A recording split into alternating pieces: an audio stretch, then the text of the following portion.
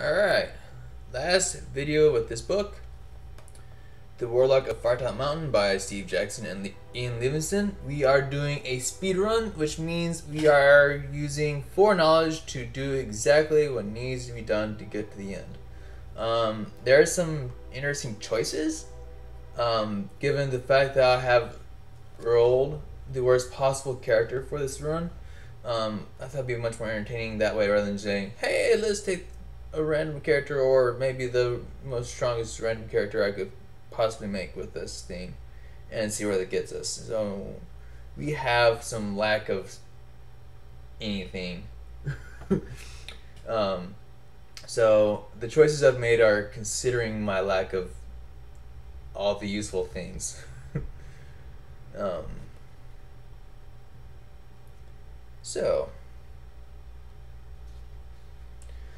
Considering my situation of not having a whole lot of anything, I have decided to take the potions of luck so that I can restore my luck points, because that might be useful, and they also actually increase my luck, unlike the other things which don't increase things at all. They just restore. It's like, well, that's helpful. So I took luck. Rumors. Only a foolhardy adventurer would embark upon such a perilous quest without first finding out as much as possible about the mountain and its treasures. Before your arrival at the foot of Firetop Mountain, you spend several days with the townsfolk of a local village some 2 days' journey from the base. Being a likable sort of person, you found it easy to get on with the local peasants. Although they told many stories about the mysterious Warlock Sanctuary, you could not feel sure that all, or indeed any of these were based on fact. The villagers had seen many adventurers pass through on their way to the mountain, but very few ever returned. The journey ahead was extremely dangerous, that you knew for certain. Of those who returned from the village, none contemplated going back to Firetop Mountain. Indeed, there is somebody actually stuck inside Firetop Mountain who will not come with you and would much rather leave should you find him. We're not going to find him because I decided not to. There seemed to be truth to the rumor that the Warlock's treasure was stored in a magnificent chest with 2 locks, and the keys to these locks were guarded by various creatures within the dungeons. The Warlock himself was a sorcerer of great power. Some described him as old, others as young. Some said his power came from an enchanted deck of cards, which it does. Others from the silky black gloves that he wore. The entrance of the mountain was guarded by a pack of warty-faced goblins, stupid creatures fond of their food and drink. Toward the inner chambers, the creatures become more fearsome. To reach the inner chambers, you would have to cross a river. The ferry service was regular, but the ferryman enjoys good barter, so you should save a gold piece for the trip. Actually, you should save 3. Unfortunately, unfortunately, there's only 2 spots I found any gold at, so that's not happening. The locals also encouraged you to keep a good map of your wanderings, for without a map, you would end up hopelessly lost within the mountain. When it finally came to your day of leaving, the whole village turned out to wish you a safe journey. Tears came to the eyes of many of the women, young and old alike. You couldn't help wondering whether they were tears of sorrow shed by eyes which would never see you alive again. Now turn over. Whee! There. How's that for turnover?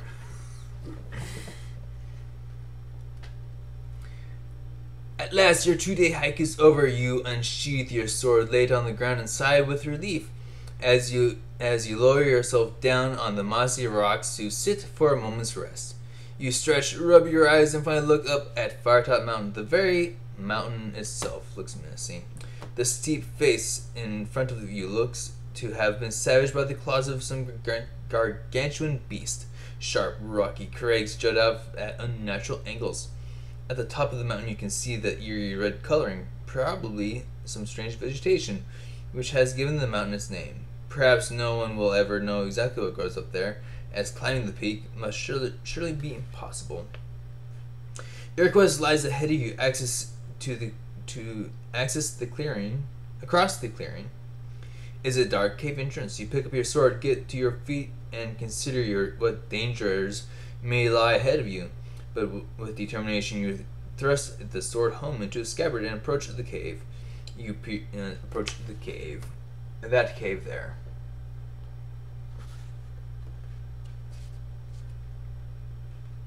You peer into the gloom to see dark, slimy walls with pools of water on the stone floor in front of you. The air is cold and dark. You light your lantern and step warily into the darkness. Cobwebs brush your face and you hear the scurrying of tiny feet. Rats, most likely. You set off into the cave. After a few yards, you arrive at a junction.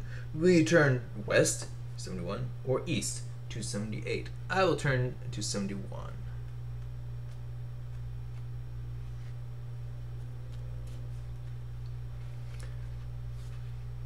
There is a right-hand turn to the north as you in the passage. Cautiously you approach a sentry post on the corner, and as you look, you see a strange goblin-like creature in leather armor asleep at his post. Do you try to tiptoe past him? Test your luck. If you are lucky, he does not wake up and he remains snoring loudly. Turn to 301. If you're unlucky, you step with a crunch on some loose ground and his eyes flick open. Turn to 248. This is our sentry.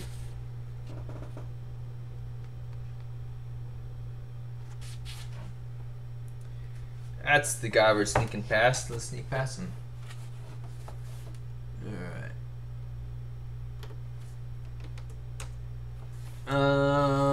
Taking the number on the left because that's what I do.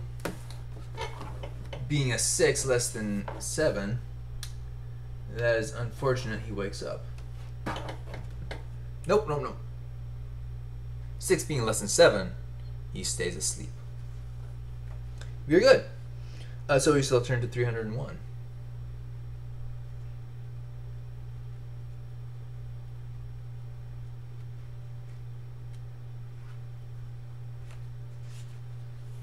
The passage runs east. Nope, that's not it. 301. To your left, on the west face of the passage, there is a rough-cut wooden door. You listen to the door and can hear a rasping sound, which may be some sort of creature snoring. Do you want to open the door? If so, turn to 82. If you wish to press northwards, turn to 208. I do not wish to look in here. There's nothing in here for me. I'll turn to 208.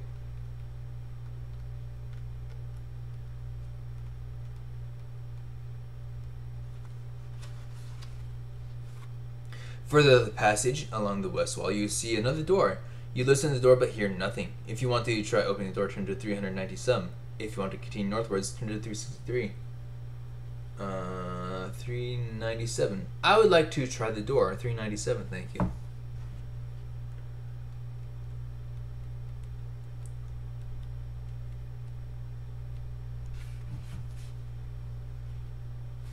$397.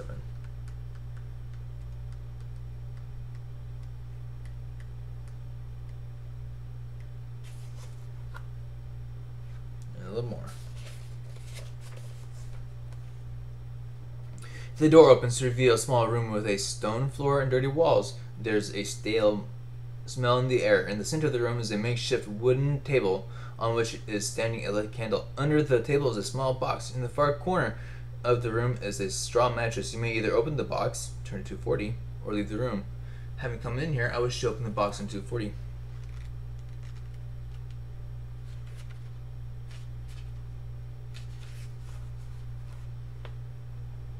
The box is light, but something rattles within. You open the lid and a small snake darts out and bites your wrist. You must fight the snake.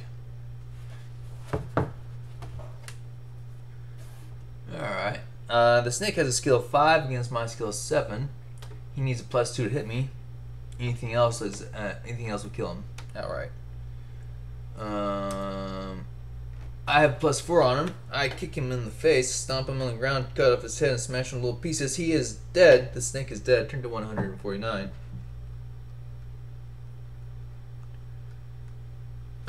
Did I take damage from that?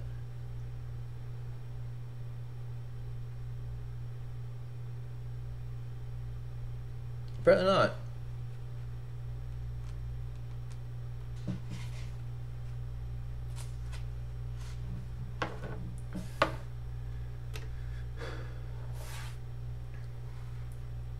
145.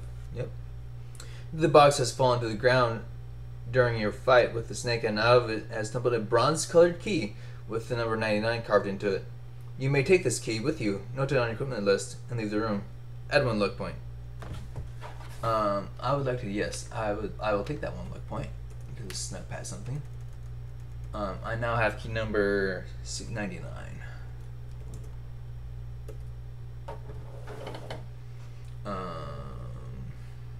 145. Okay. Add to 1 luck point and turn to 363.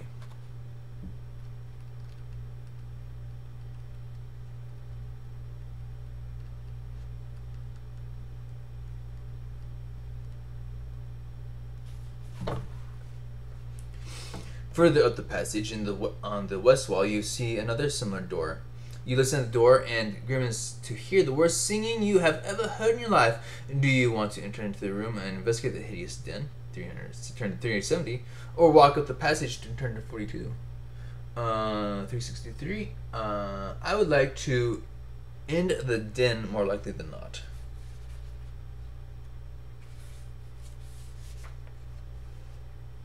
The door opens to reveal a small room. The room is dark, dirty, and unkempt. A straw mattress lies in one corner. In the center of the room is a wooden table upon which a candle burns. Lighting the room with its flickering flame, a small box rests under the table. Seated around the table are 2 small creatures with warty skin, dressed in leather armor. They are drinking some sort of grog, and by the way they are staggering to their feet on your arrival, you assume they are very drunk. You may either draw your sword and leap forward at them, turn to 116, which I'll be doing, or slam the door quickly and run up the passageway and turn to 42. These are our friends that we will be ending shortly. Alright, ready to turn to 370, 116, alright.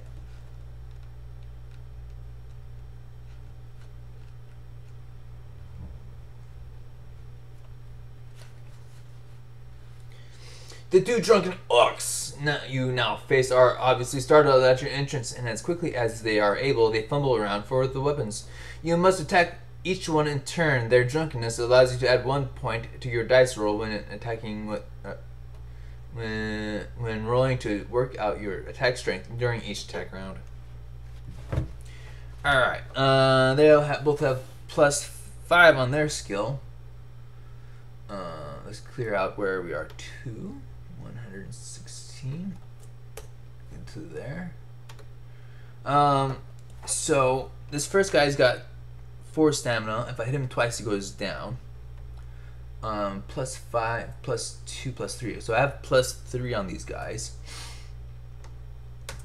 7. Okay, so I'm at 14 and 10. I hit him. And I hit him again. Boom, he goes down. Whack his head off. Second orc. I've hit him 3 times. +2. I get +3. I hit him once. We come to draw.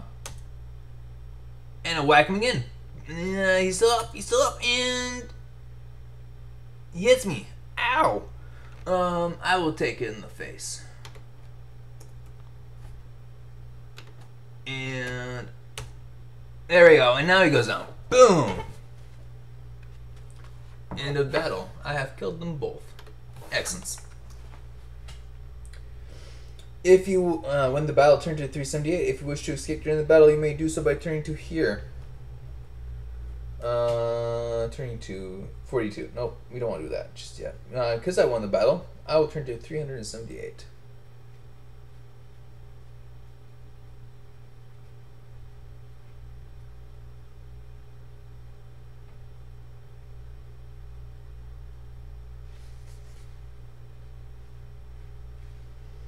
You wipe your bloodied sword on the mattress.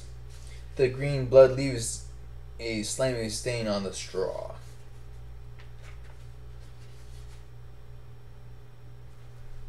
Stepping over the bodies towards the table, you flinch at the foul stench of the creatures, because orcs never bathe. Apparently there's Cyanoglobins. So, alright. You pick up the box from under the table and examine it. It is a small wooden box with crude hinges. The name Fuego di Mayo is inscribed on a brass nameplate on the lid. If you wish to open the lid, open the box, turn to 296. If you decide to leave it behind and leave the room, turn to 42. I wish to open the box. I came in here for a dang good reason.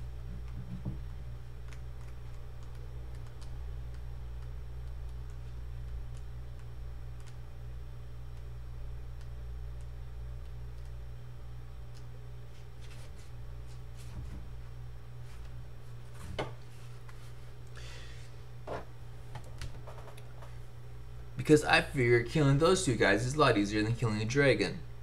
The box contains a small leather-bound book entitled The Making and Casting of Dragonfire. You open the pages and begin to read. Fortunately, it is written in your own language and so was probably not understood by the orcs. Otherwise, this treasure would have certainly not be as loosely guarded as it was. The book is written in tiny handwriting by Fuego di Mayo. In it, he tells you the story of his life's work. The creation of the Dragonfire spell with which to fight evil dragons. You read how, in his last years, Fuego finally perfected his spell, but by then was too old to make use of it. So he completed his book, locked it in a chest, and hid it in the depths of Firetop Mountain, afraid that it might fall into the wrong hands. The last page reads, "And so you who now hold this book, you have my life's work in your hands. The power of destruction is yours if you wish it, but do not waste it. Unless you use the spell for the purpose for which it was intended, you shall be consumed by evil itself, and die by the fire from your own hands. Remember, only when the dragon breathes fire at you should you raise your arms and say, Ikal Irif, Ikam Irif, Irif Irif Dameyo." You say these words slowly and softly. Suddenly, the page seems to glow, and as this glow disappears, so do the words on the pages of the book. You repeat the spell to yourself to memorize it and leave the room. Turn to 42. I will not do so.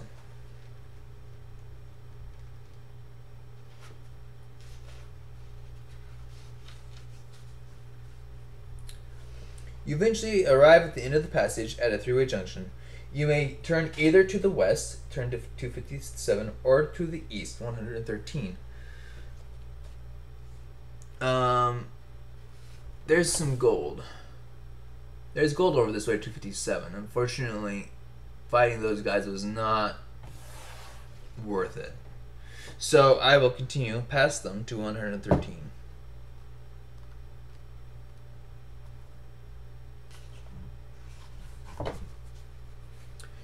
You arrive at another junction in the passage. You may either go northwards to turn to 285 or continue to the east, turn to 78.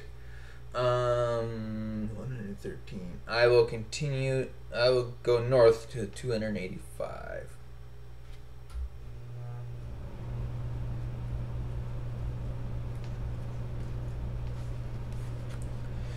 You see a well-used door on the right-hand east side of the passage. With your ear to the keyhole, you listen and hear a man screaming for help inside.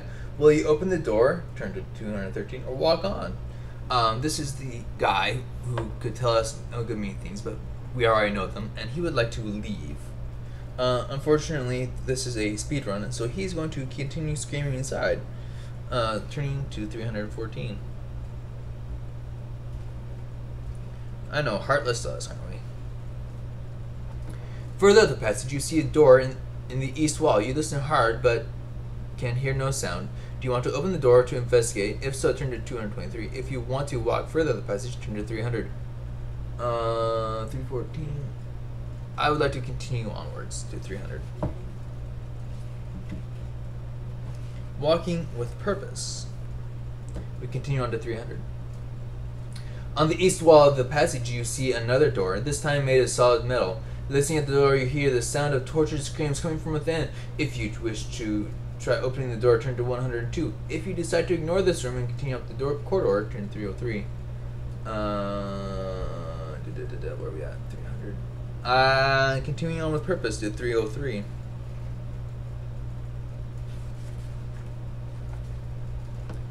You arrive at the east at the end of the passage where it meets another going east-west. But an iron portcullis blocks your way and no amount of charging is going to budge it. On the wall to your right are two levers, and it seems likely that these levers have something to do with raising the portcullis. Do you wish to pull the right lever or the left lever? The left lever, already known to me to be a sword, pretending to be the lever. We will not grab the left one, we will instead grab the right one. Enter to 128.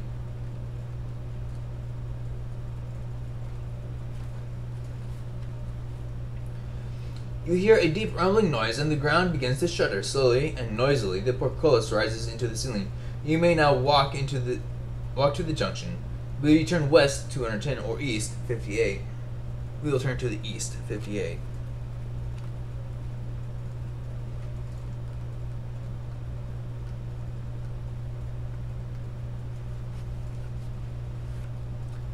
Cautiously, you creep along the passageway. After a short time, it turns sharply to the north. At the corner there is a bench of solid wood, and above the bench a sign reads, "Rest ye here, weary traveler." Here you may stop and eat provisions if you wish. Turn to 15 or continue to 367.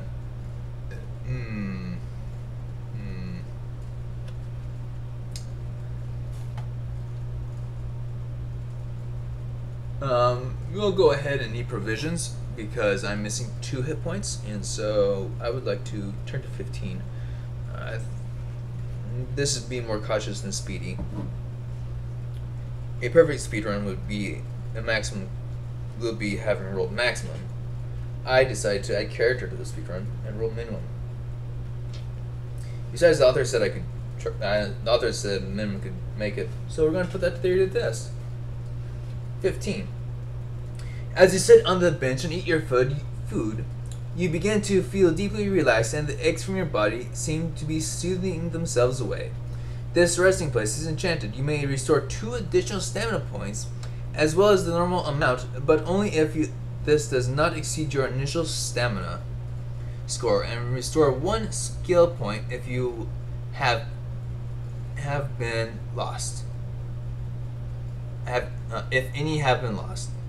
When you are ready to continue, move along to the passage and turn to 367. We will do that. So that is now back to max, and I have 1 less provision. Alright.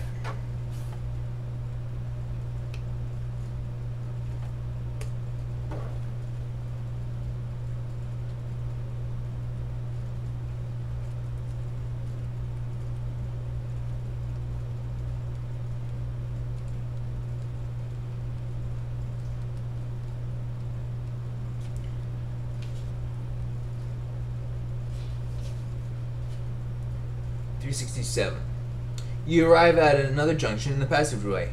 If you'd like to turn to the turn westwards, turn to 235.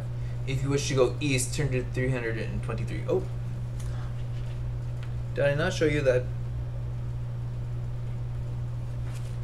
There's a picture of that resting spot. Let me show you that. There we are. Alright. Where were we? We were at 367. We would like to turn to 323. To the east.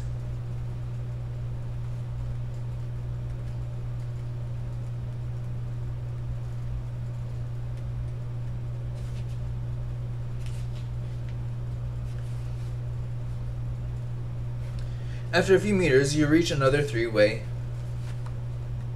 junction. You may go either northwards, turn to 8, or westwards, turn to 255. I would like to go east to 255.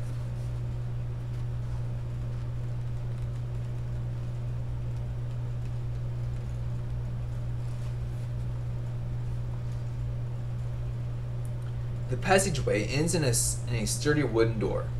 If you want to try opening it, turn to 193. If you want to go back to the junction and try another route, turn to 93. I would like to open the door. Thank you very much. 255, right? Yes, 193.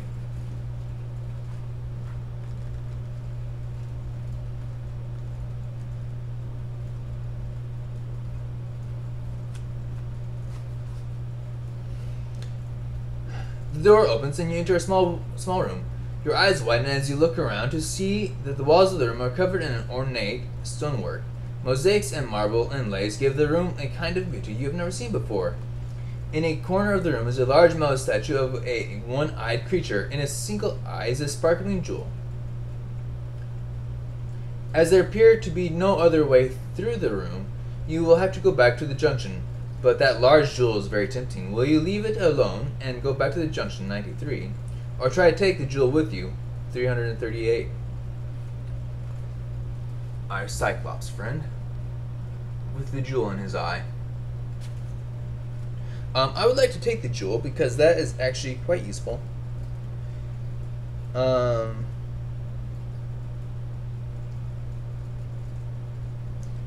would like to take the jewel on 338, please.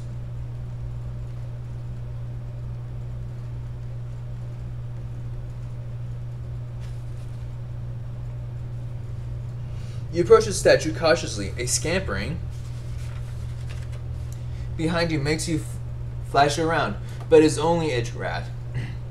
You feel at the jewel, but it is solidly in place. You try to work the sword in behind it, and as you work, you hear an ominous cracking noise. To your horror, the statue is beginning to move.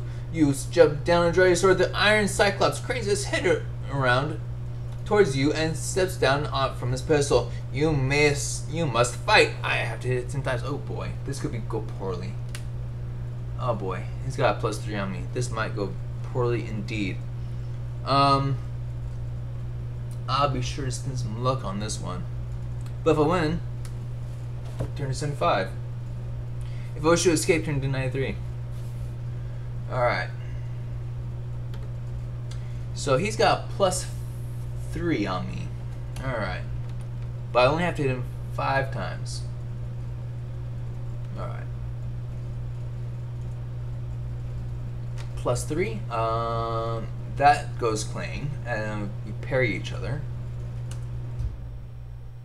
+4, I take the hit.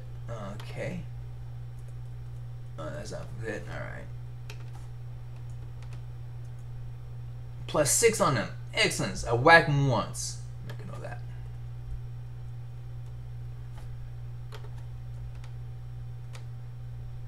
+2, I whack him twice. I'm going to roll a luck on that one. I need to roll under a 7 or under. Taking the left one, of course. Nope, no good. So instead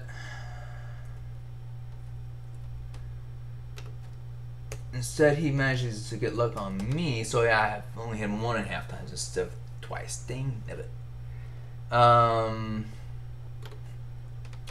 I whack him again. Or just to make the attempt. +3 on him. Nope. That's a parry. He hits me. Dang it. Whack him again. Ah, balls. This is not going well. I'm gonna roll luck on that. Dang it. What is that?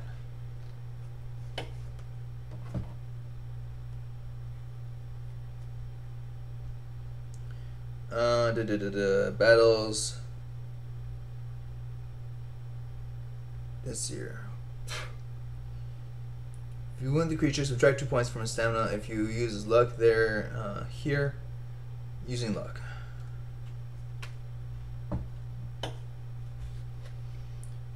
Sometimes you will be told to test your luck, as you will discover you're using lucky's risk of business.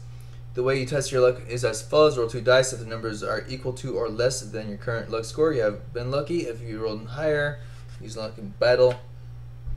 If you have just wounded the creature, you may test your luck as described above. If you are lucky, subtract an extra 2 points from the creature's stamina. 4 instead of 2. But if you are unlucky, you must restore 1 creature point instead. So 1 instead of damaging 1 instead of 2. If the creature has just wounded you, you can trust your score to minimize the wound. If you are lucky, to restore 1 point of your own. If you're unlucky, subtract an extra 1. Alright, so 3 instead of 4, which is nice.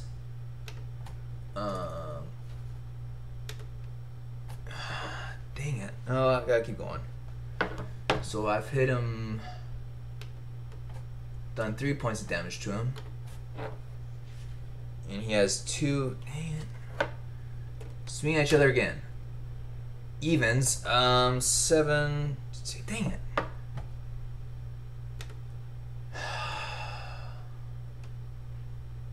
Wait, this is this twice now, okay. 9, 7. Whack again. I am up on him 6, so that hits him. I'm gonna test luck and try to hit him more. Under 5. Get Dang it. None of my luck is going my way. Alright, at this point I would like to drink my luck potion. So that puts me up at 8 on those. Whack him again. He hits me.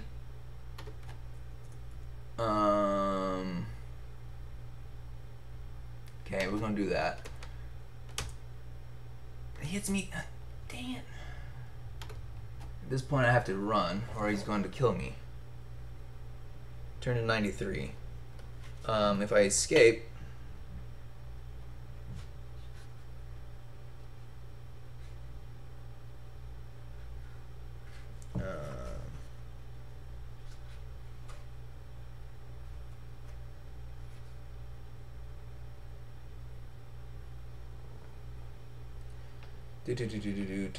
make escape from battle.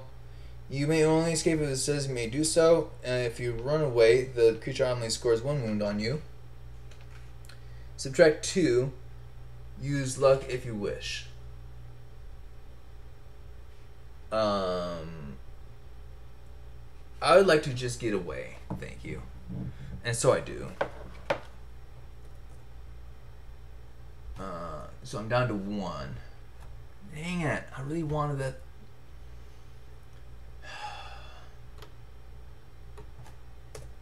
Really wanted that. 8. Where is that 8?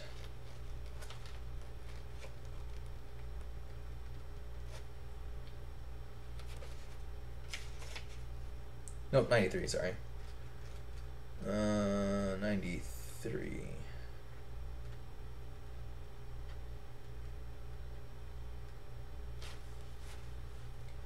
I can just kill the guy outright with that, but no, I can't kill the Cyclops who has my stone. You arrive back at the junction, and this time you turn northwards. Turn to page 8. I wanted that really bad. That makes me unhappy. The passage ahead ends at a sturdy door. You listen but hear nothing. You try the handle, it turns, and you enter the room. As you look around, you hear a loud cry from behind you, swinging around to see a wild man leaping towards you, wielding a large battle axe. He is a mad barbarian, and you must fight him. Well, our skills are even. The door in the north wall is opposite, through which you may escape during the battle. Turn to 189. If you defeat the barbarian, turn to 273.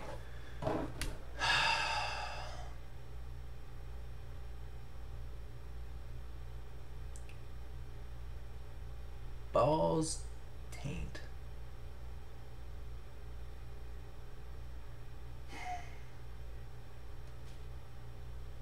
Dang it. Well, I suppose that's one way to do a speed run. I suppose if I hit him 3 times, I can't run, because if I run, he's going to hit me. If I use my luck and I'm successful, he still hits me, and he only wounds me for 1 point, but I only have 1 point, which means I'm going to end up dead. So the only way out of this is to actually kill him outright by whacking him 3 times. Alright, so that's what we're going to try to do. Nope, and that ends our adventure. Well, balls. Well, we'll try that again, won't we? So backing up to the Cyclops.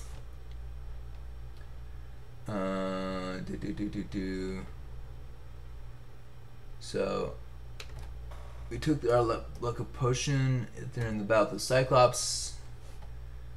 I'm not reading all of that.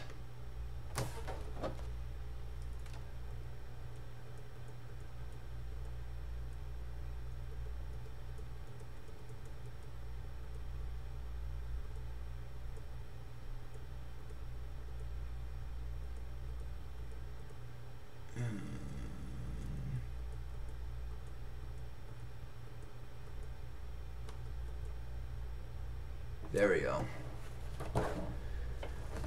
So, I could reread that, but apparently, so I just died. You know what? We can just add things together. Yeah. So, I really want that Cyclops. I want that Cyclops eye. Fortunately, the Cyclops has a skill of 10 and I got a skill of 7. I could take it. I could win. He's on 75, is that right?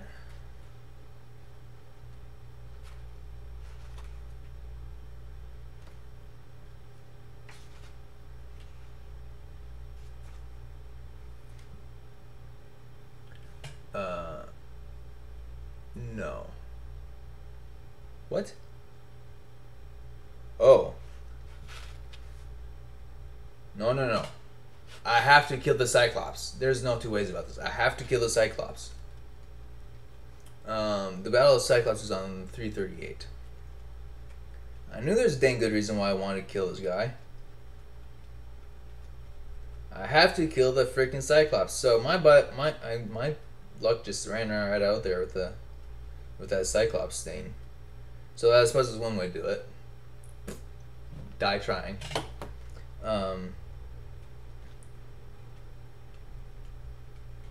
As they said, may the gods be in your favor, and they weren't that time. 338. There we are. Reset. You approach the statue cautiously, and a scampering behind you makes you flash around, but it's only a rat. You feel at the jewel, but it's solidly in place. You try to work your sword in behind it, and as you work, you hear an ominous cracking sound, like my voice. To your horror, the statue begins to move. You jump down and draw your sword. The iron Cyclops cranes his head around towards you, and steps down from his pedestal. You must fight. Fight! Alright. Try this again.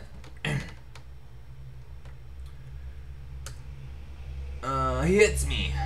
He's got +3 on me. Oh boy.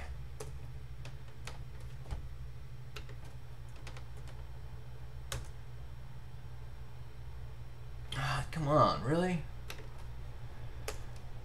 +3. This is not going well. But I have to take it because I want the keys, Guardian. I don't care about the eye so much. I want the freaking key. If I don't get the key, that's it. Come on, whack him already.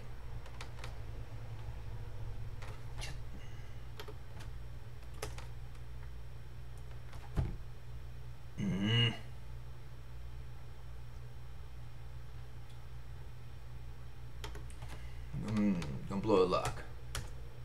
You're lucky. Alright.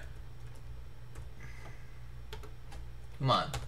Whack this guy. +10. Gee whiz. He whacked me there too. 7, 5. There, I finally got him. I'm going to expend a luck on that and see if I can't double it. I need 6 or less. Get it. I only get him for 1 hit.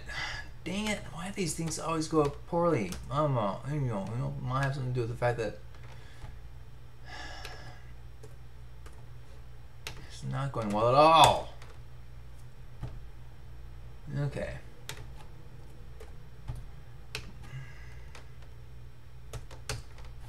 Hey, look at that! I hit him. I'm gonna try to double that. Success! That was half his points there. Cool. 5. I'm going to consume my luck potion now. Consume one of my luck potions.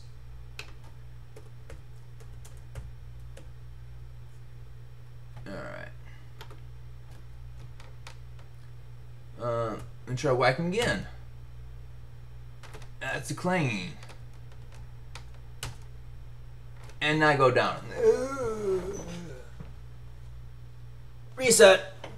I need that key. I don't care about his eyeball. Although the eyeball's helpful. Alright.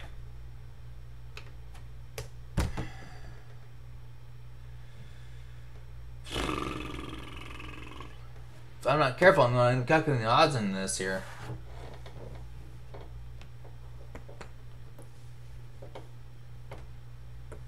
Oh, man.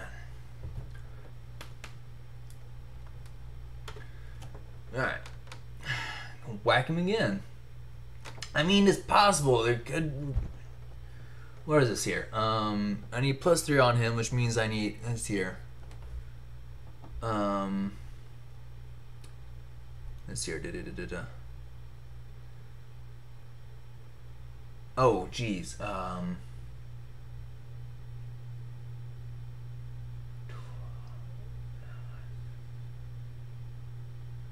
Okay, yeah, no, that's gonna be a little hard to calculate in my head. No, we're not going to do that in my head. Because we're rolling 2d6s against each other. Yeah, that's gonna hurt my head trying to figure out what the odds of that is. Alright, try it again.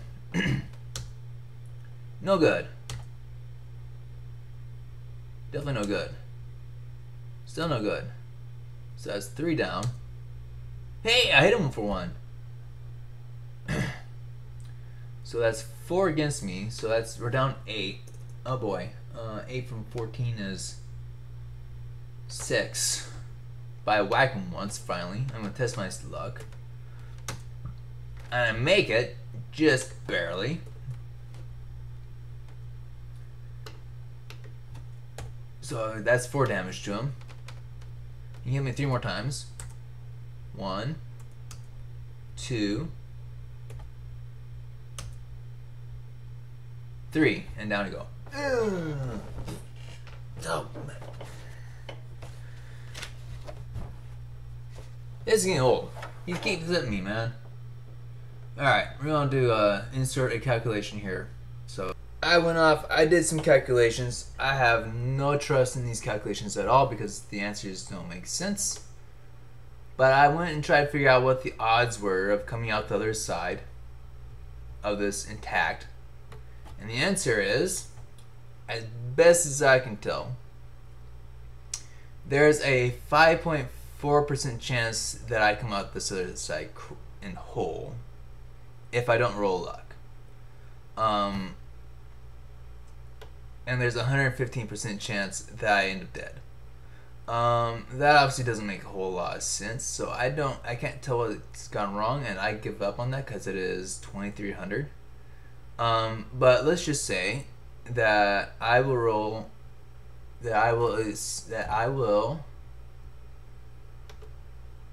roll some numbers here and make up a occurrence. An event has occurred in some way or another with this thing. So let's see.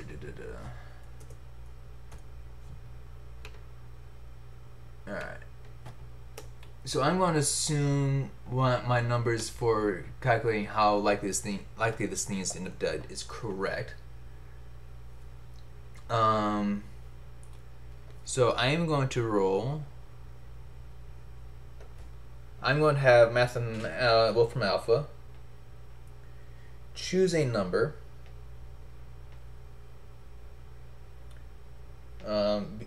between 1 and 0. Random real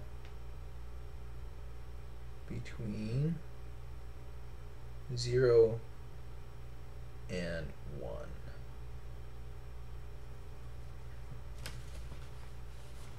The number it has selected is decimal 1327. Giving my numbers here. Let's see if we can do this. Equal. No, we don't do that. Equal that one. Equal that one plus that one there.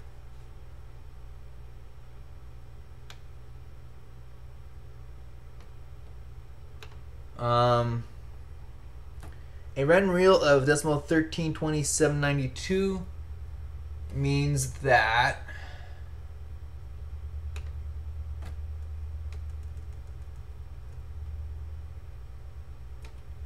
he hits me twice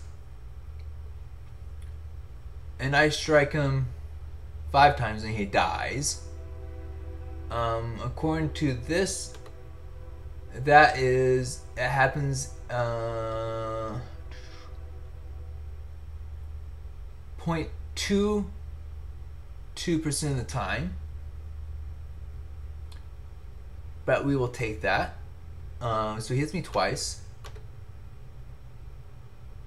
and I kill him, and it's glorious. Yes, I know I rigged that, but I don't want to go through here 20 times trying to kill it. But I want it dead because of what's going to happen on this next page. So he hits me twice. That means that I am down to 10 hit points. I'm going to roll a 1d6 and subtract that number of luck points. Actually,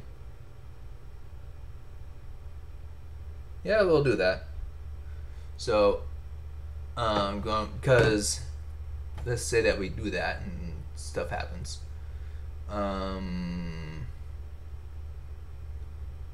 Where is that? There we go. So, the number is, I roll luck twice. So I subtract 2 off from here. We're down to 5.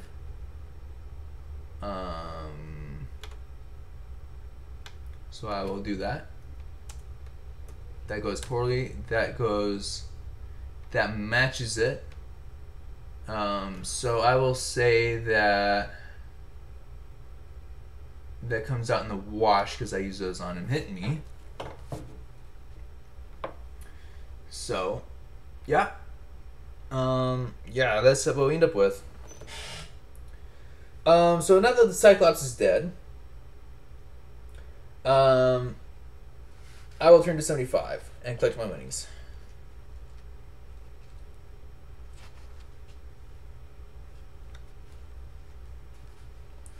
You sit back and rest from your exhausting battle, and it was indeed exhausting. I assume that happened well, somewhere on the 20th try. So we shall eat our provisions because that hurt.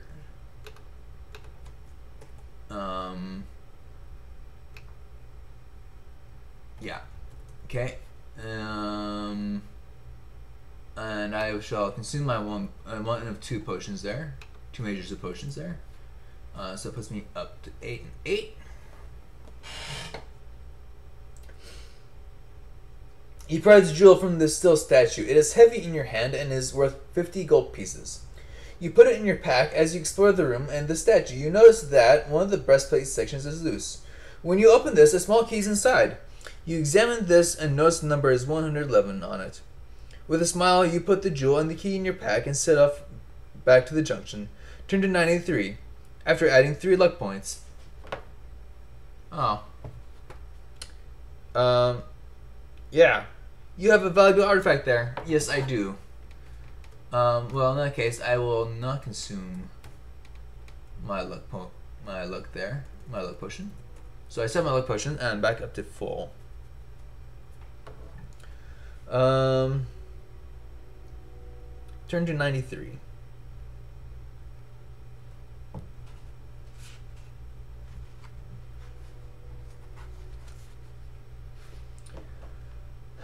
You arrive back at the junction, and this time you turn northwards. Turn to 8.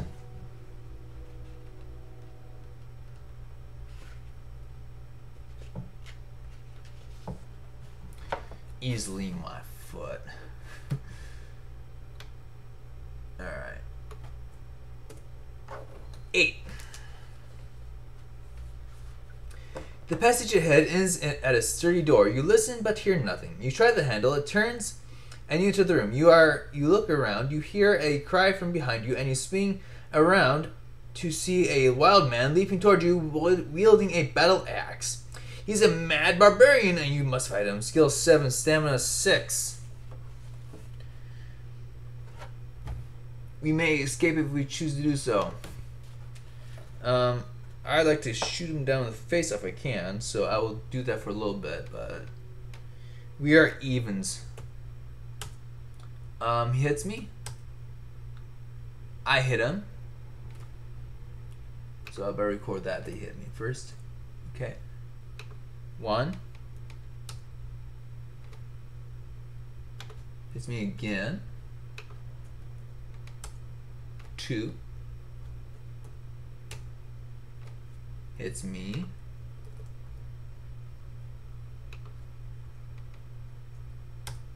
3. And down he goes. Boom. There's an open door to the north which you can escape. If you defeat the barbarian, turn to 273. 273. Alright. Well, I guess we'll do that.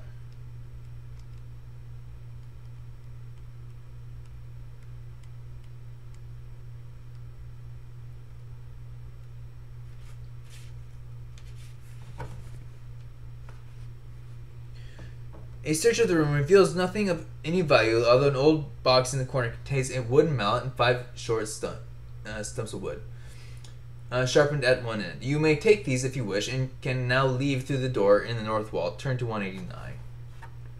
I will do that.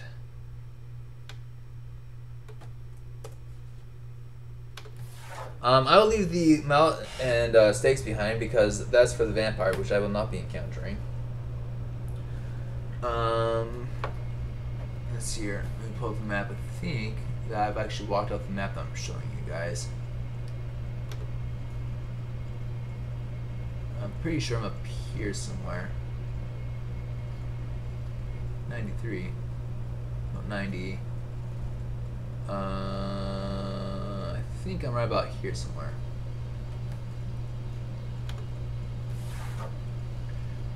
Alright, 189.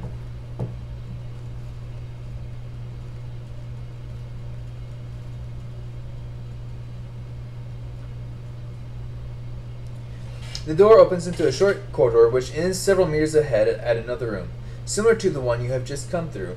You listen and hear nothing. You try the handle and it turns, allowing you into another room of a similar size. But this room is splendidly decorated and polished, with a polished marble floor and rough walls painted white. On each of the 4 walls hangs a painting, and there is another door on the north wall. You may either go straight through the room, turn 90, or you may stop and look at the paintings on 25. Because this is a speed run, we will continue on. However, I do know that there is a painting of the Warlock in here, and if I show him the jewel I just prized out of the eye of that thing, he will react in pain. But as a speed run, we continue on to 90.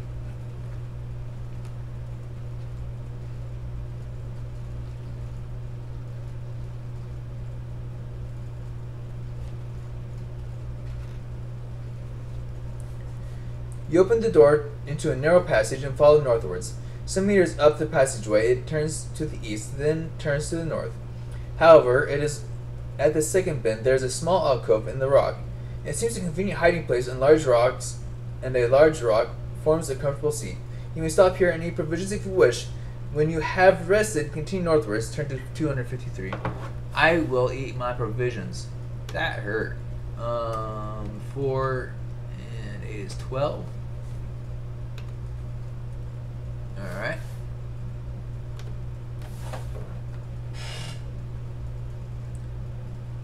Continue northwards to 253.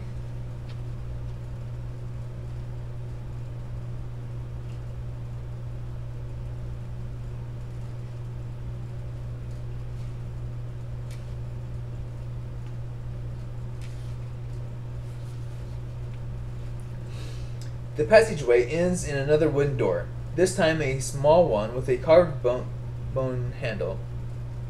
You listen but hear nothing coming from inside. You try the handle and the door opens into a pear-shaped room with a rough stone floor, making walking across is somewhat awkward. In one corner of the room is a pile of rubble, and which mainly stones and dust. 253. Yep. But there are also two odd-shaped pieces of wood and a length of rope. A door in the north wall leads on. Will you examine the bits of wood? Nope. Study the length of rope? Nope. That'll just kill us, because it'll come alive and pretend to be a snake and kill me. I shall continue on through the north door on 73.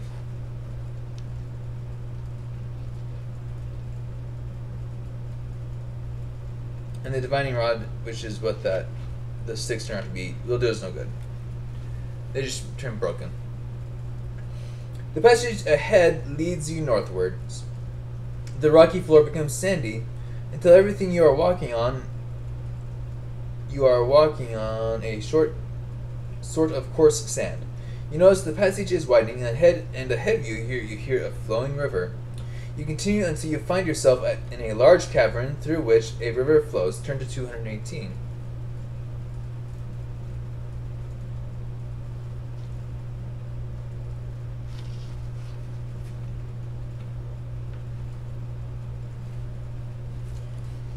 You are on the south bank of an underground river facing across its black depths. There appear to be 4 ways of crossing. To the left, a rusted bell bears a sign, ferry service, 2 gold pieces. Please ring. When he shows up, he's going to charge us 3 gold pieces, which I don't have. There's a small raft in front of you on the bank with a long stick resting beside it. You could punt across the river. An excellent choice. Probably will try that one. A rickety old bridge crosses on the right. It will attempt to throw us into the river thrice. If you don't trust any of these, you may swim. Also, a bad choice, because we'll have to fight a crocodile halfway across. And possibly also piranha. So, what I'm going to do, instead of summoning the were-rat to give us a way across, in which case I will have to kill him, because I don't have the money. Although it makes more, the book says that I actually piss him off because it says, it's 2 gold. Well, I don't have 2 gold, so I just kill him anyways. So instead, I will attempt to punt across the river. 386.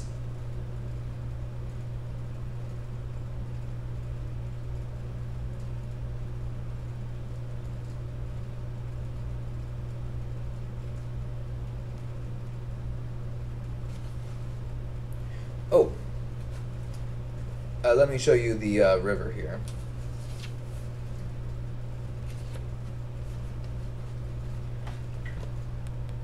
There's the river. There's our river with the bell says 2 gold to cross. Ring me. The raft which I can cross with, and the bridge. 386. You climb on the raft and start to punt your way across the river. The going is not easy. In the middle of the river, the raft seems to take on a will of its own, which of course it does, and bobs up and down dangerously. You realize it is attempting to capsize itself and throw you into the river. You may either trust your strength and luck to hold on and keep punting to the north side, turn to 55, or jump into the water and attempt to swim back to the south bank, 166. If we don't succeed, it's just going to throw us in the water, and we swim back anyways. So we will turn to 55 and attempt to cross it with luck and whatnots.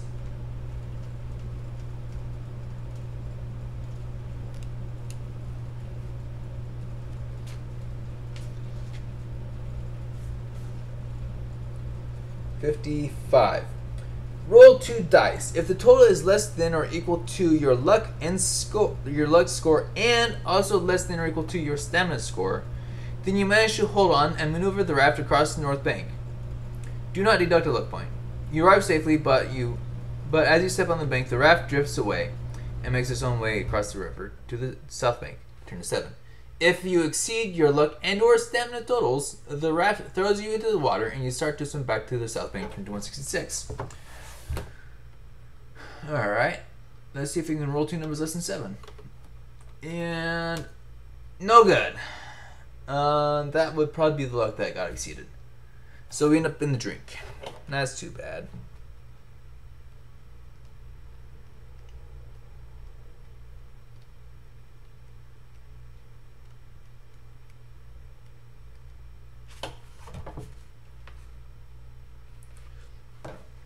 Land in the icy water and frantically swim for the south bank. To your amazement, the raft turns around in midstream and makes its own way back to the south bank. You quicken your pace, aware that your splashings may at any time attract the attentions of any underwater creatures living in the river. Roll 1 die. If you roll a 1, 2, 3, or 4, you make it safely back to south bank. Turn to 218. If you roll a 5 or 6, turn to 158 and fight the piranha.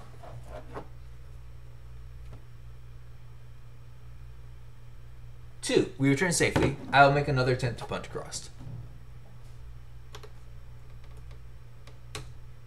No good. My strength fails me.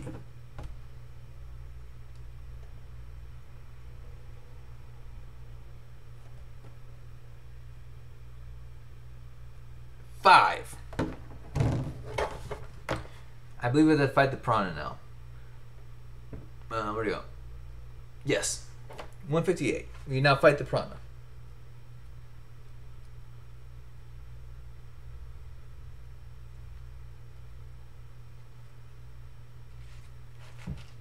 .158 to the left. All right.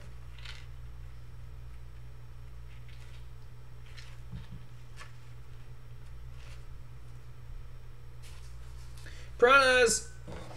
The water around you bristles with activity, as if an invisible hand is dropping unseen pebbles into the river.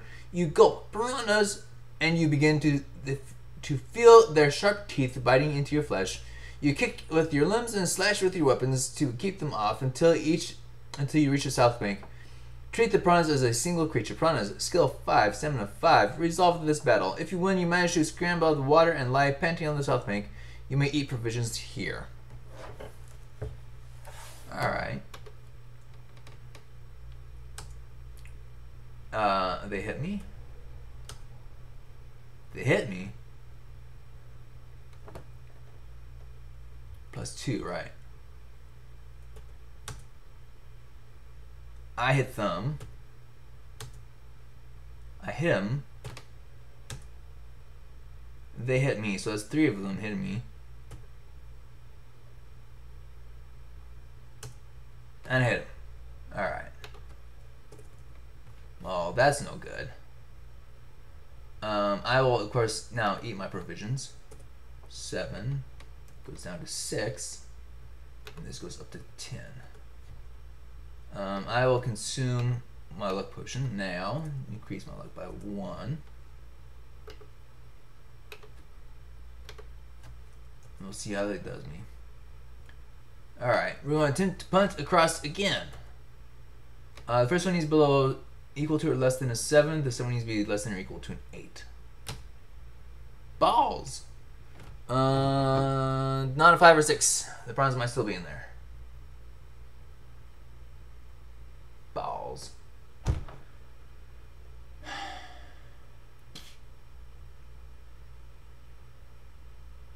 Well, I think I'll just pretend that they didn't hear that one. I did just kill a lot of them. We'll go back to trying to punt across, and... success! Alright, we made it across. Provisions here, turned 218. Instead of turning 218, having now killed the piranhas and attempted to punt across that river 3 times, I'm now across the river at 200. Turning to page 7. Hold on. Do I turn to 7 or 218 first? Punting.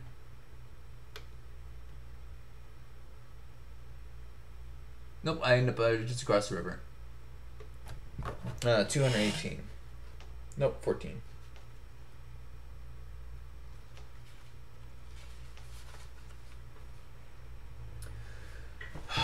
Alright.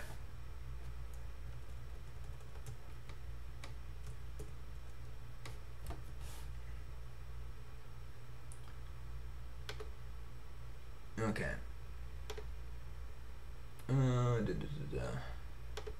Yeah. Alright, 214. Facing northwards, the rock face is smooth and glistening with moisture. Moss of many different hues grow on the surface. There is an eerie silence punctuated only by the splashing of the river as it flows behind you. You have three options. A passage runs off to the northwest. If you take this route, turn into 271. I will not take that route because that's where the guy who is in charge of the boathouse is at, and he has a dog which breathes fire, and he's a werewolf. I don't want to fight that. A large timber door is directly in the front of you, in the middle of the rock face. If you open the door, turn to 104. And that is an excellent choice, which I'll be doing. Or another passage runs out along this river eastwards to follow this along the riverbank. I need to get keys from the werewolf on 271. Unfortunately, I have to kill him to do that. If I did go that way, I would end up facing skeletons and rights. I'm not sure. Whites, I think. And I'd still end up in the same spot, so I will just not do that. I will instead turn to 104.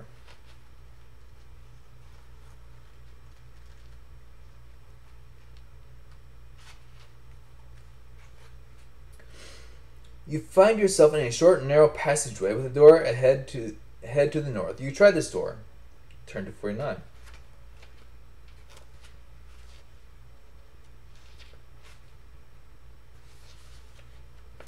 The door squeaks open on rusty hinges. The room is dark and your eyes begin to adjust themselves as the door behind you. As you close the door behind you, you hear a shuffling in the room, but before you can react, a blow to your head knocks you senseless. Lose 2 stamina and turn to 122. Oh boy, this might not go well.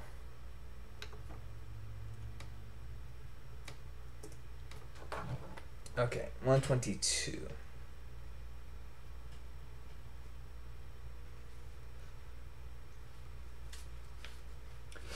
You wake with a throbbing head and look around. The room is about 8 meters square with doors to the north and south. You have been dumped in the southwest corner. Standing motionless in the center of the room are 4 men. At least they appear to be men. Their skin is a greeny gray color. Their clothes are tattered and torn, and they all stare vacantly at the ceiling. One carries a club, one a scythe, one an axe, and one a pick. They are ignoring you completely, which is nice of them to do. Around the room are various peasant-style weapons, pitchforks, axe handles, pointed sticks, and things like. 1 or 2 shields, several barrels. In the northeast corner is a human corpse with a sword in one hand and a shield in the other. You move your hand up to your head and feel for signs of blood, and are relieved to find you are not bleeding. But as your hand moves, the strange creatures in the center of the room turn their eyes downward to you. Do you talk to them? No, they do not understand whatever you say. Jump to your feet and charge them with the sword. I'd rather not. But if I scramble for the exit through the south door, they will get to me anyways. Because apparently I'm not sufficiently dexterous. These are our friends.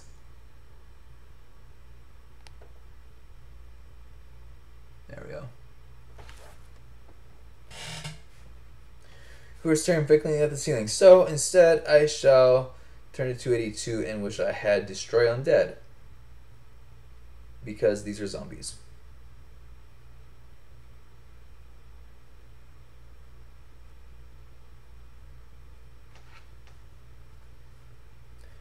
Oh boy. The 4 creatures shuffling towards you are mindless zombies. Their vacant eyes suggest that their actions are not controlled by will, which is not their own. You are still too dizzy to think properly, but you must act quickly. The first zombie reaches you and prepares to swing with his club. You must fight him. Skill 7, stamina 6. Alright, evens. I need to whack him 3 times. This might not go well. I hit him. I hit him. He hits me. He hits me. I hit him. Oh. I'm gonna roll some luck on that and see if we can do anything better than that. But he is down. Yes, we're gonna roll a couple luck on that. So these are both. I'll take both these numbers here. 6 works. 8 does not. So we go down to 6. Try it again. We're down to 6 luck points. And that works out in the wash. Dang it. That didn't work. Anyhow,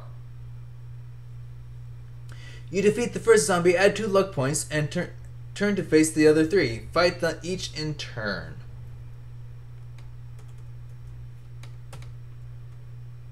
Ooh, this may not go well. So I shall try to do that, but I don't have much to go on here. They might just kill me, but they do have skills of 6 instead. Okay. I hit the first one. I'm going to run a luck on that. No good. So that's 1 point against him instead of 4 or 3 or 2. I whack him again. And indeed I do whack him again. And I shall run a luck point on that. And that's no good. Dang it.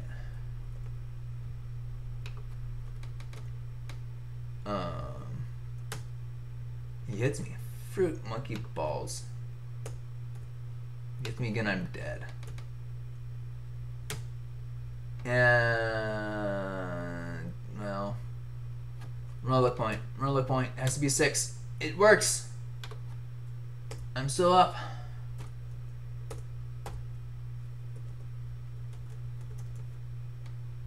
I'm still up. We're gonna do the last potion. I'm out of potions, but I'm still up. Whack him. And down I go. Balls. Alright, run the simulation again.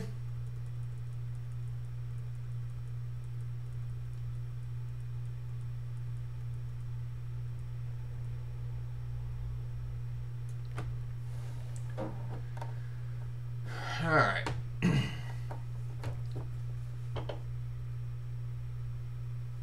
Dang it. It's a lot harder when you ain't got any skill. Wow. There's a +1 sword and +1 shield hanging around here somewhere. That it's +1 helmet actually. That'd be really handy right about now. So yeah. So run that again. Alright.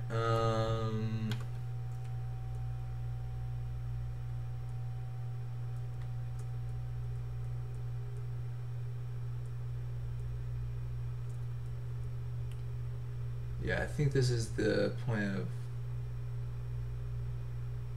Yeah, this is the point at which we...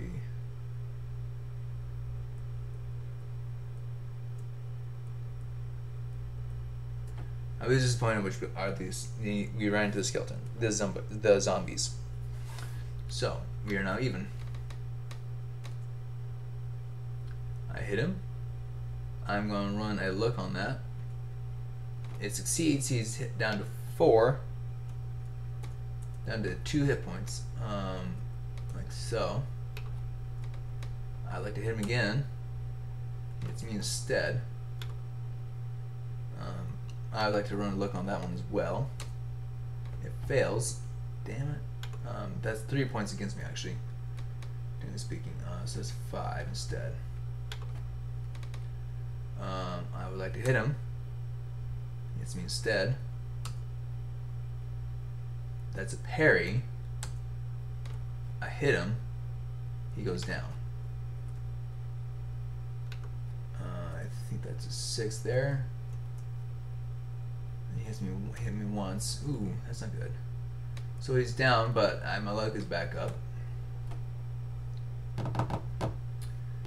Yeah, this is not looking good at all.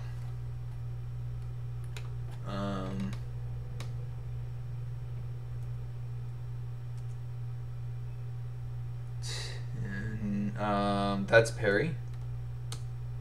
I hit him. I'm gonna run look on that. It fails.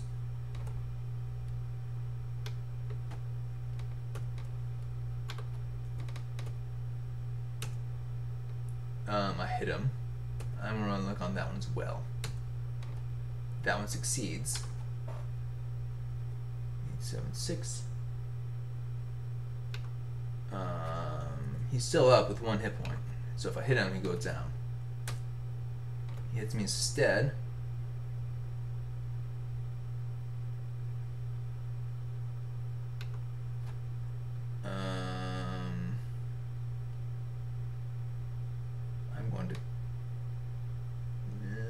I'm going to run the look on that one. If it fails, I go down. Dang it.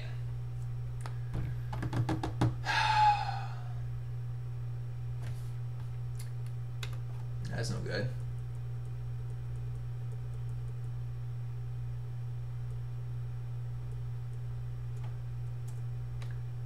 Alright. Well, I have to get past these zombies or it's not going to work. So, what I'm going to do is I'm going to roll a d6 on my luck.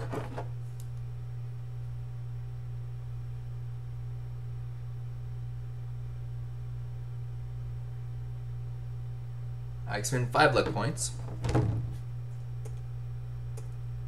And I'll say it takes me down to 3 hit points.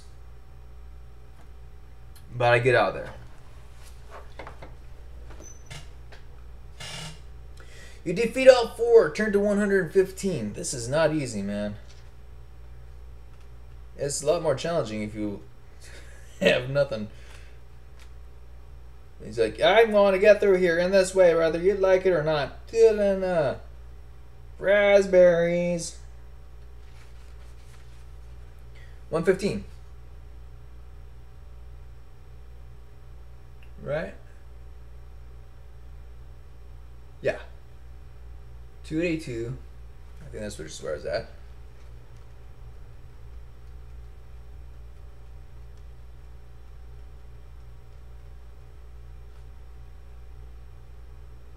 Yep, that's at 282, 115. The poor wretch is lying dead at your feet. Almost look happy to be relieved of the burden of life. Well, it's more like burden of unlife. Or undead. Undeath, yeah. But as you look down at them, you sense that you are not the only one to know of their deaths. Looking around the room, you may investigate the weapons lying around. They are worthless. Go to over the dead body in the northeast corner. It is also worthless, except for the gold he's carrying. Or check the barrels. It is not worthless. I'll do that. 330.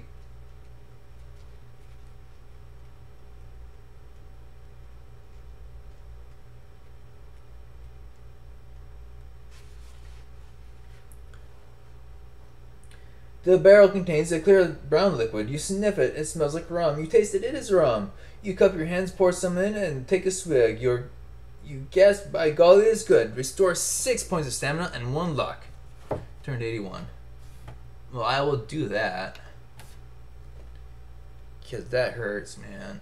So that puts me up to 9 hit points. And 4 luck points. And you know what? I'm going to drink that last potion of luck. Because I can.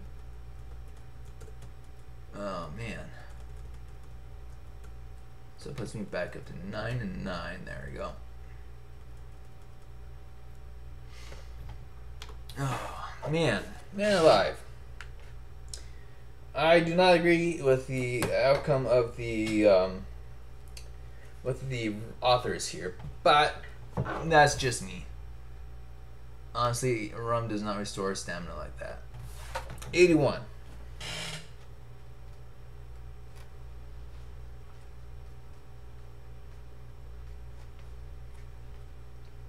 A noise startles you, prompting you to leave the room quickly. You walk up to investigate the north door. Turn to 205.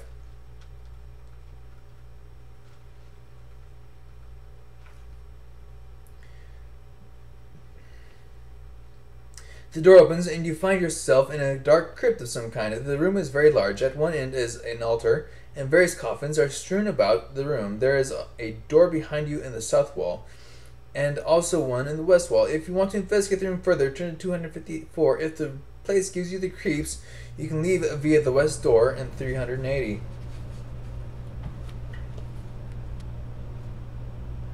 This is the crypt you find yourself in.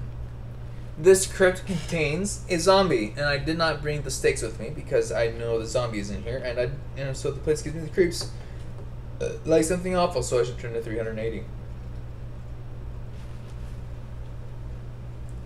380. Gotta keep going. You are in a narrow east-west corridor. Looking westwards, you can see crossroads ahead. You go to the crossroads. Turn to 37.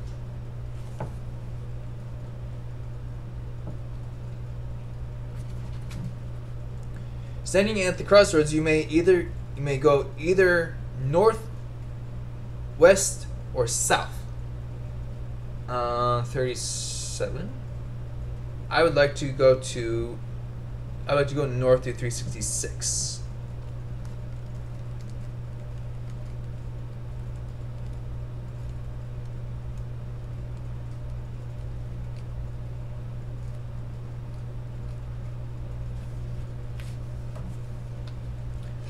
You are following a passageway which leads ahead to the north.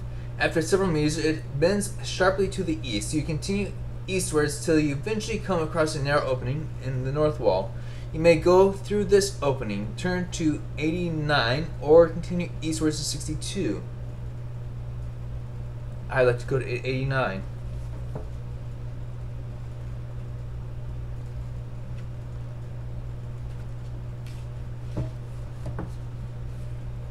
You climb through the opening and find yourself at the top of the narrow staircase leading north downwards. Cautiously, you descend the stairs. Turn to 286.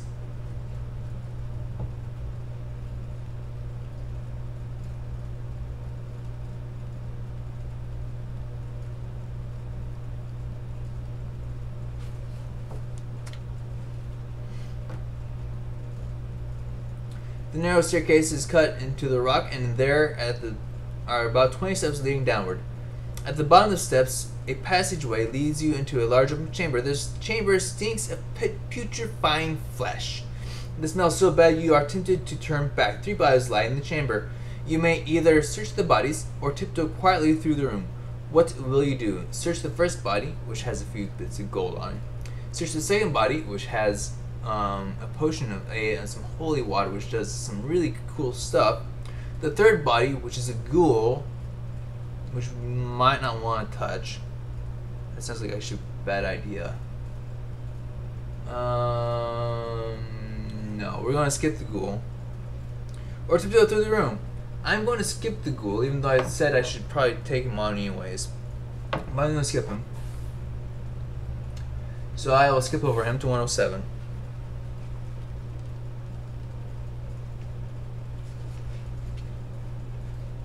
I can't get to that holy water unless I kill the ghoul. So, yeah. Yeah.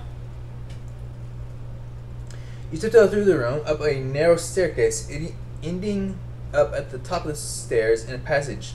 That was easy, you think, and you begin to have second thoughts about whether it would have been worthwhile to search the bodies. If you want to return and search the bodies, starting with the third, which is the ghoul, turn to 148. If you want to press on, turn to 197. I'm not interested in that ghoul, thank you very much. So I should continue on to 197.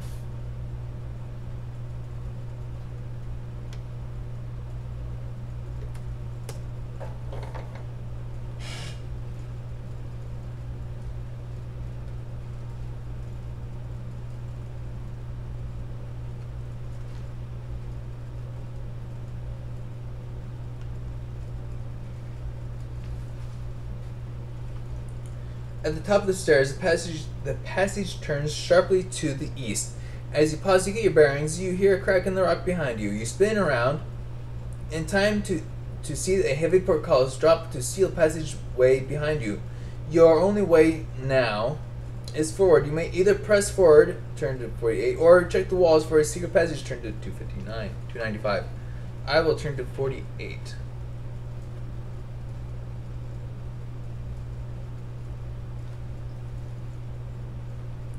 You are in an east-west corridor. If you go east, you will turn a corner northwards. If you go this way, turn to 391. If to go west, turn to 60. I'll turn to 391. I would like to go northwards to 391.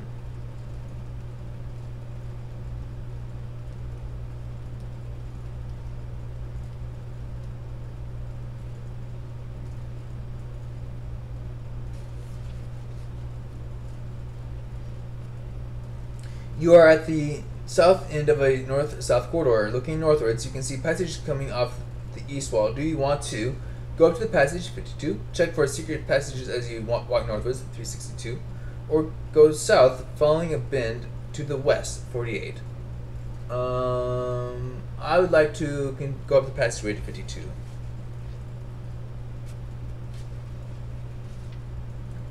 You drink... Oh, no.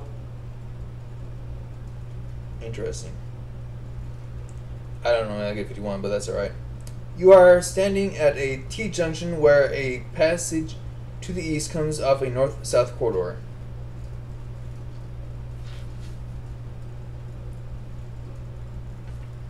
To go south, turn to 31. To check for secret passages on the way south, turn to 362. To go north, go to 354. Check for secret passages on the way north, 234, or go east on 291. I think I'd like to just go north to 354.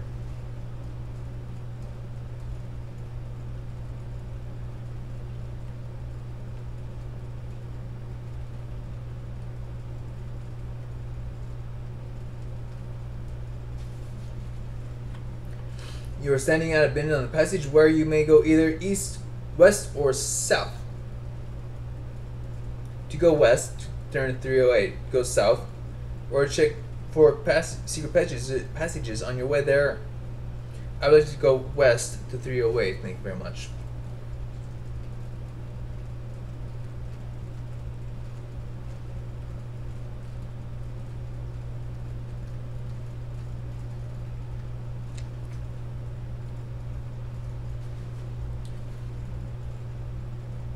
You are standing at a crossroads. To the west, there the passageway goes on a few meters and turns northwards. To the north, the passageway ends at a door. To the east, the passage continues and eventually turns southwards. Looking south, the passage goes on as far as you can see. I would like to 308. I would like to go to the south, 160.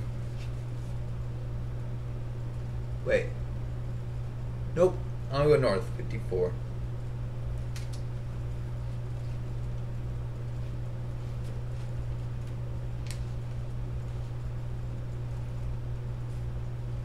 You are standing outside a door at the north end of a north-south passage.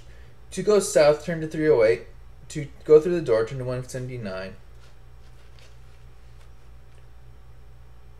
Oh, I didn't record my other key that I got off that. Off the Cyclops. There we go. Key recorded. Anyhow, where was I headed?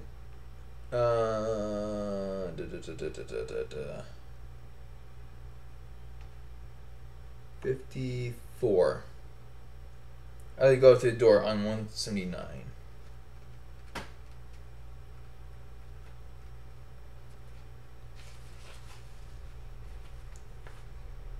You'll enter a large square room. Broken pottery lies scattered all around. One large clay vase is untouched and full of clear liquid. A large bowl is full of gold coins. As you enter the room, the door slams behind you, and you swing around to face a strange-looking creature, half man, half bull, who's glaring at you. He is a minotaur, and he's stalking towards you. He lowers his head, horns pointed at your choice, and charges. You must fight him. Skill 9, stamina 9. After 3 rounds, you maneuver yourself around to be able to escape through the door. If you wish to escape at this time, turn to 54 and pay the penalty. If you continue to fight and kill him, turn to 258. If you have already been here in this room on this adventure and killed the Minotaur, you find it empty. Leave and turn to 54. The Minotaur.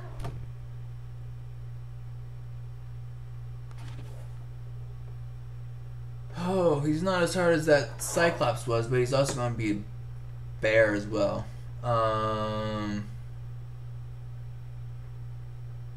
I'm going to invoke calculations on this one as well. Calculation is complete. I come up with, given my current status of things, I have a 10% chance of actually killing him. So instead of doing this 10 times and starting over every single time, plus the last, plus our disaster with the Cyclops and the river, we are just going to say that this occurs and I kill him.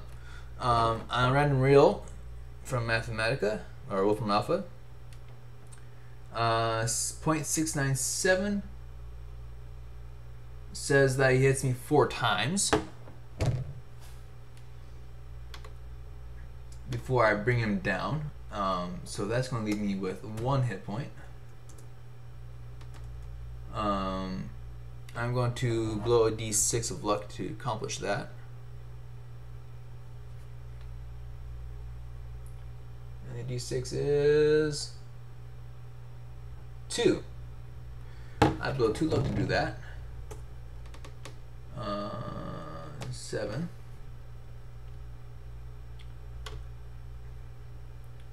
Don't save that. We don't need any more of that. There's nothing to do.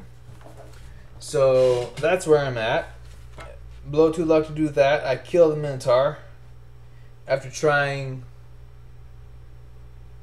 whatever 10% calls for. That's a poison random variable. Yeah, I'm not figuring that one out. So he's dead. Turn to, if you continue fighting and kill him, turn to 258, which I shall do.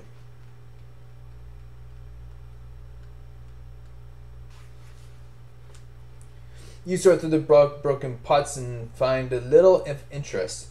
The liquid looks, smells, and tastes like water. The coins in the pot are a fraud. 8 genuine gold pieces lie in the surface of the pile. You may take those, which I shall do because I'm greedy like that, but honestly they don't do me any good at this point. But underneath the surface are merely painted pieces of pot. As you tip the vase out and it spills, slips, and breaks, a red-colored key appears hidden inside a false bottom in the bowl. You may take this key. It is inscribed with the number 111. I shall do that.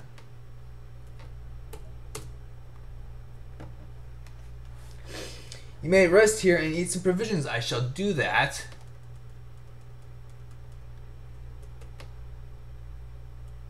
That hurt. Alright, I'm still hurting, but you know what? I'm alright. Take 2 luck points, yeah? Yeah. Alright.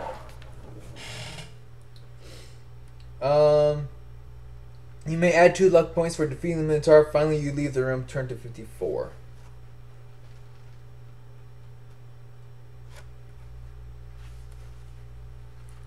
You are standing outside a door at the north end of a north-south passage. To go south, turn to 308. I shall do that. To go back through the door, turn to 197. I won't do that. I just came from there. So I shall turn to 308.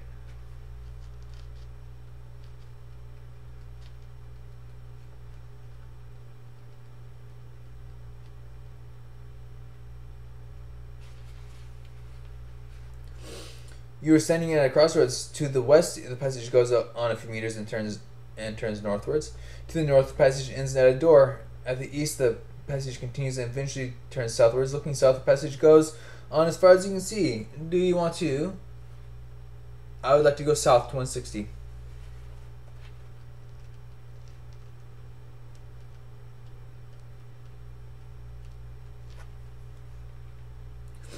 You follow a long narrow passageway which goes south, then east, then south again until you eventually find yourself at a crossroads. Turn to 267.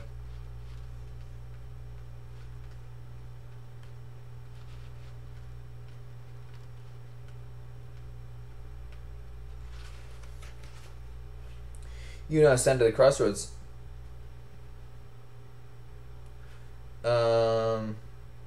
Yeah, I can go north to 312, south to 246, west to 79, or east to 3949. I shall go 267. I shall go 246 to the south.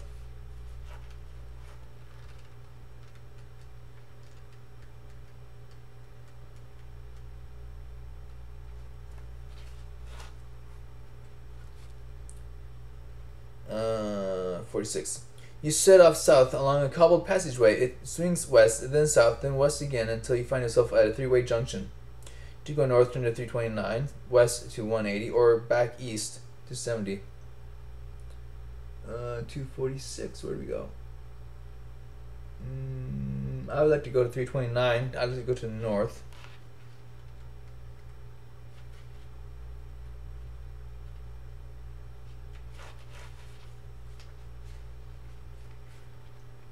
You set off and find yourself at the middle of the north-south passageway. There is a door in the western wall of the passage. Opposite the door is a passage going off eastwards. To the north, you can see a door some meters ahead. To the south, you can see a junction. Will you choose the door to the west on the west wall, the door on the north wall, eastwards or southwards? 329. I'd like to go east to 299.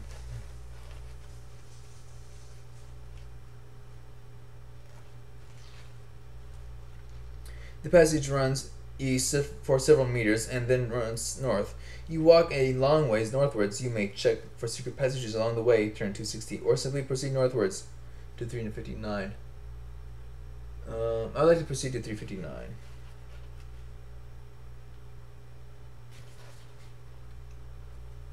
You arrive at crossroads. To go north, turn to 190, south to 94, east to 121, and west to 385. I would like to go to 385. I'd like to go west from here. 385. You travel westwards for several paces, then the passage turns to the north.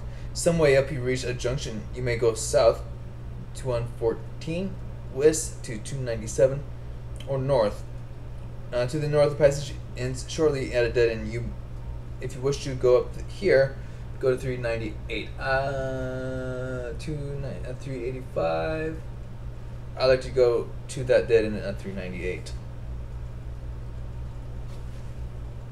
You feel around the rock face at the end of the passage. One rock becomes free and reveals a small knob with a handle at the end. Will you push it or pull it? I will push it to 364.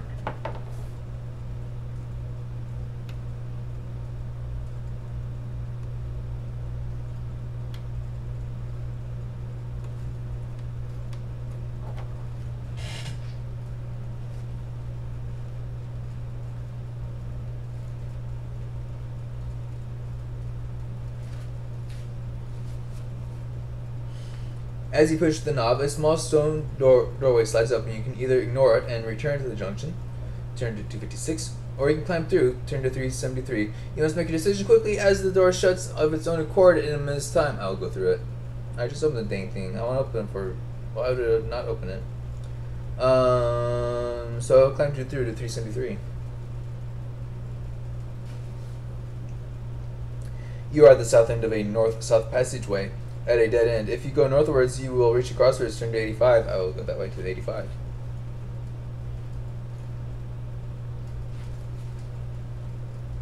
You are at a crossroads. To go north 106, south 373, east 318, or west 59. 85. I'd like to go 106. I'd like to go to the north 106.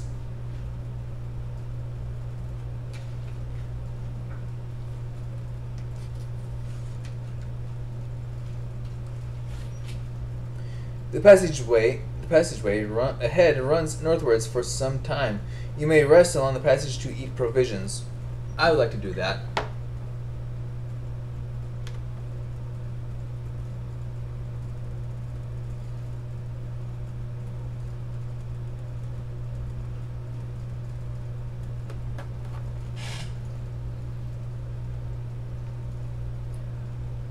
was I?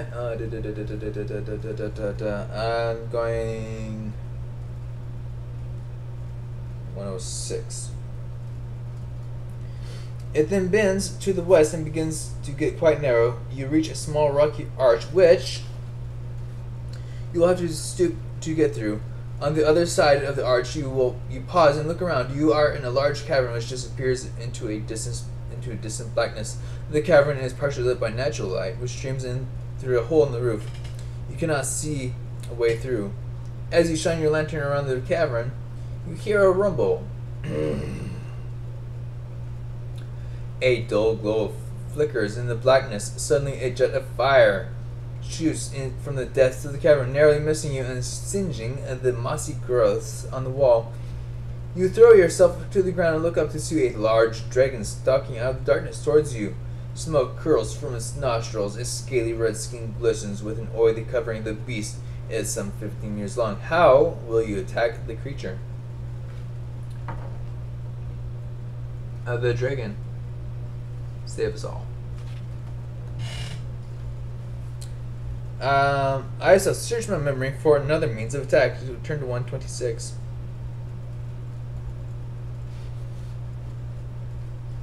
Does the name Fuego de Amenable mean anything to you? It does. If it does not, you must fight the dragon. Turn to 152 instead. But since it does, we shall turn to 26.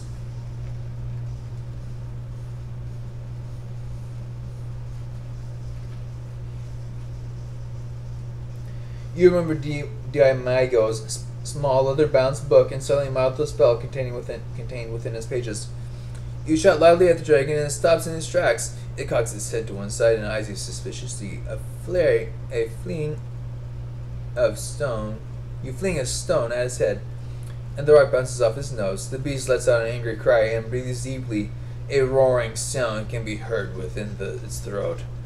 The dragon exhales. From beneath its teeth, you can see another fireball building up. You prepare yourself, and as the ball of flame comes from its mouth, you cry, Ikel, Irif, Ikayam, Irif, Idamaiko. The fireball continues no further. With an agonizing scream, the dragon tries to shake the flame from its snout, but there the burning continues. Squealing in agony, the dragon turns its back and leaps into the darkness, flailing its head from side to side. Turn to 371.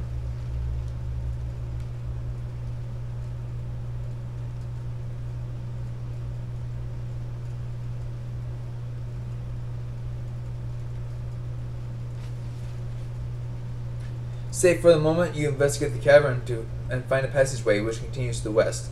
Turn to 274. You may rest and eat provisions before continuing. Add 3 luck points before defeating the dragon. Well, I can't add luck, but I will take my provisions. That puts me at 13.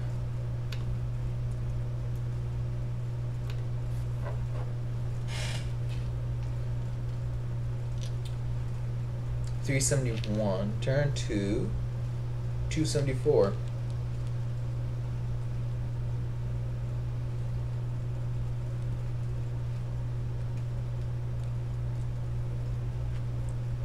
You leave the cavern along a long, narrow corridor. After 274, right? Yep. Corridor. After several hundred meters, it ends at a large wooden door, which is slightly ajar. Carefully, you ease it open a little further and poke your head out around to see what is in the room. You see a small old man sitting at a table on his own, playing with a pack of cards. He looks quite a harmless old soul, gray-haired and bearded. He is seated. What will you do? Burst through the door, sword drawn, to surprise the old man. Knock on the door and enter, greeting the old man courteously. Get down on all fours and try to creep into the room unnoticed. Since they all go to the same place very quickly, and I find this result more entertaining than the rest, I shall burst through the door, sword drawn, and surprise the old man. 324.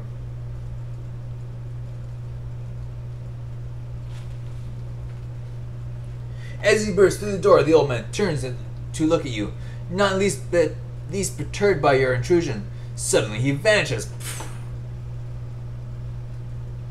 He reappears against the wall, and as you spin around to see him, he laughs. Not the feeble cackle of an old man, but this booming laugh of a much younger man. Again he disappears, and reappears in another corner of the room, glaring at you, taunting you with his evil laugh. You swirl around just in time to see him disappear again. This time he reappears in the air above you, slowly floating down towards you. His glaring eyes make you shiver as they approach. Turn to 358. Ow.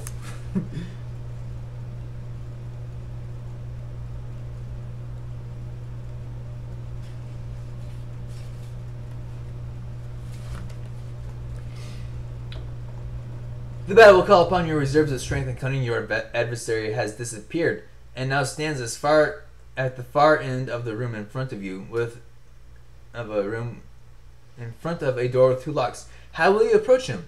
I shall look through my grip your sword firmly and advance towards him. 142. You could do that. That sounds like a terrible idea. Look through your pack for a weapon to use. I have one in mind. I will do that shortly. Or look around the room for another means of attack or defense. There is his pack of cards is where his power comes from, and if you are lucky, 389 will be very good for you when you go to when you destroy his pack of cards and then fight a much weaker warlock. However, I did not give my Cyclops eye in payment to cross that river for a dang good reason. You rummage through your haversack. What is in there? You may attempt to use any of the following items if you have them in your equipment list. Potion of Invisibility, turn to 39. It makes it easier to hit him, and when you hit him harder. It's handy. The Eye of the Cyclops will do that because I have it. A piece of cheese is hilarious to him. A bow with a silver arrow. That was meant for the right, and he will stop the arrow before it hits him. Or a Y-shaped stick, and that's the divining stick, and it does precisely nothing because it's already broken at this point. So I shall pull out the Eye of the Cyclops and turn to 382.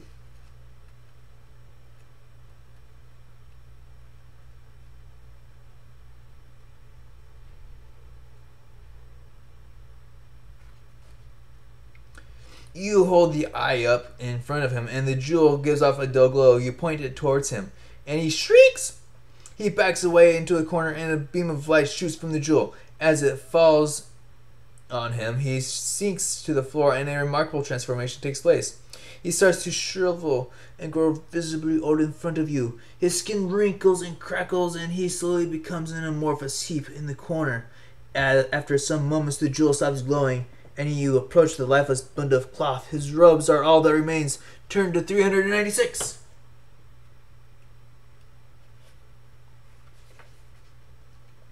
With the warlock now defeated, you know your quest is almost over. You approach the door with 2 locks. There are no keys around. You retrieve 2 keys from your pack and try them in the locks. They turn. You open the door and peer around. Turn to 242 if you have no keys. Turn to 242. If you have no keys, you may try to break down the door, and this will reduce this you will do at the cost of almost all your stamina. No. Reduce your stamina by 5 and enter the room. Turn to 242.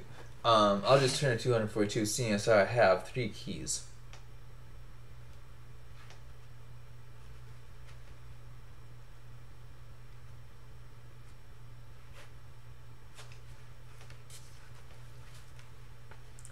The door opens to reveal a small, dimly lit room. The walls are hung with ornate curtains, laced in silver and gold. A single flame burns in one corner, throwing light on a low table in the middle of the floor. On this table is a large chest. You step up to investigate the chest, and from all around, yet from nowhere, a mysterious sound fills the room. It sounds like the rumblings of thunderclouds preparing to make a storm. You approach the chest and see that it's held shut by 3 locks. As you approach, the noise gets louder. What will you do? I will search my bags and see if I can find some keys to fit. Turn to 139. The box is magically protected. Do not strike it. That is a bad choice.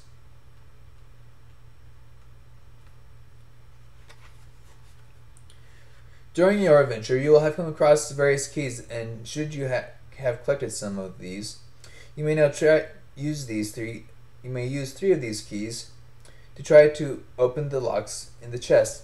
Each key is identified with a number. To determine whether you have the right keys, add their 3 numbers together. Now turn to the section which has the same number as this total, where you will discover whether you have used the correct keys. If you do not have 3 numbered keys, this is the end of your journey. You sit on the chest and weep as you realize that you will have to explore the mountain once more in order to find the keys. I have the keys, 2 111s, and 99. The total is 321, so I shall turn there.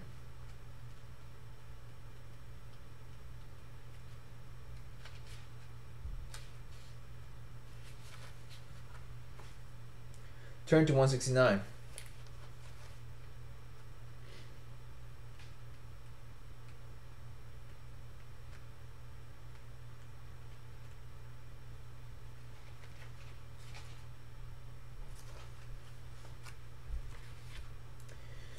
One by one, all the keys click and turn in the locks. You have placed them all correctly. As the last key turns, the lid of the chest comes free and you open it. Turn to 400 to see what lies within.